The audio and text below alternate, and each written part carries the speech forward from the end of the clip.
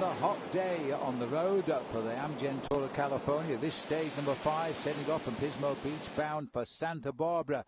173 kilometers. The temperatures set to top out at around about 37 degrees. And there were 6 riders setting the pace in the 16th kilometre. Yes, it didn't take them very long to get off the front of the main field, but on this occasion the main field were not giving them very much of a leeway.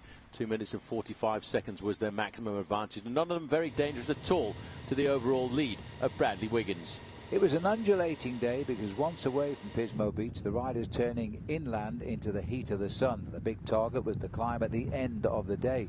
The sprinter Mark Cavendish said at the start wasn't feeling that well and not really up for the action today because the hill in the distance here, the San Marco Pass, would decide. It certainly decided the breakaway because they were brought back on the climb.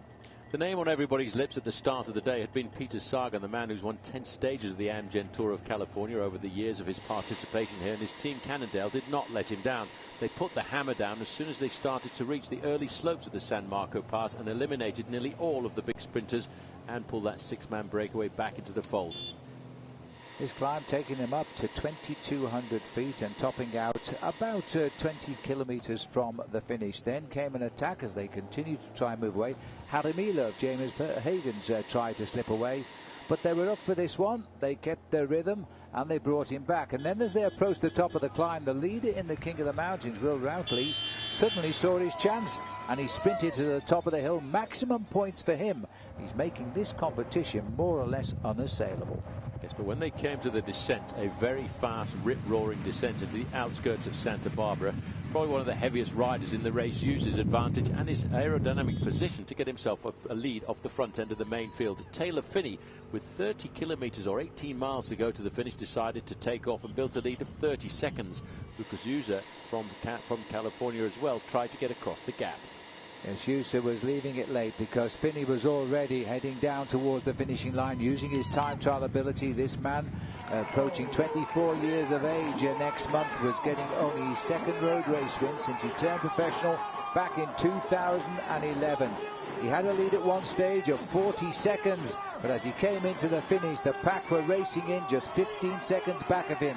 He took a bow, he won the stage, his 3rd victory of the year. The field would have to fight out for second place. Yes, he caught them all unawares. They underestimated the power of this man from Boulder, Colorado, who got himself a magnificent stage victory. Not many men in the world of professional cycling can pull that one off. And leading them home was Peter Sagan, just ahead of the Australian Matthew Goss. He used his skills of being the best descender in the peloton and also the best time trialist to win the stage here in Santa Barbara. The peloton sprinting in the background, crossing the line just 12 seconds behind him. Peter Sagan taking out second place and Matthew Goss third. But all of the leaders of this race were in that pack, so there would be no change overall.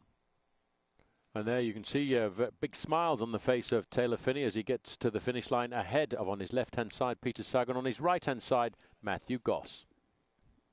So Santa Barbara has welcomed the race once again, and for the 4th day, the yellow jersey firmly on the shoulders, now that's by 28 seconds, of Bradley Wiggins. Tomorrow, though, could be a very different story.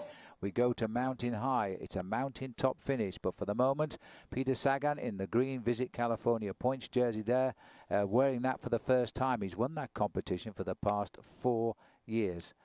Taylor Phinney also celebrating there with the most courageous rider as well.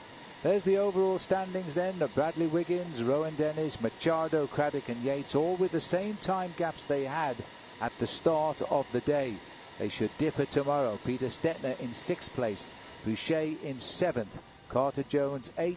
The top 10 completed by Hanier Acevedo, but he's looking for 2 minutes and 30.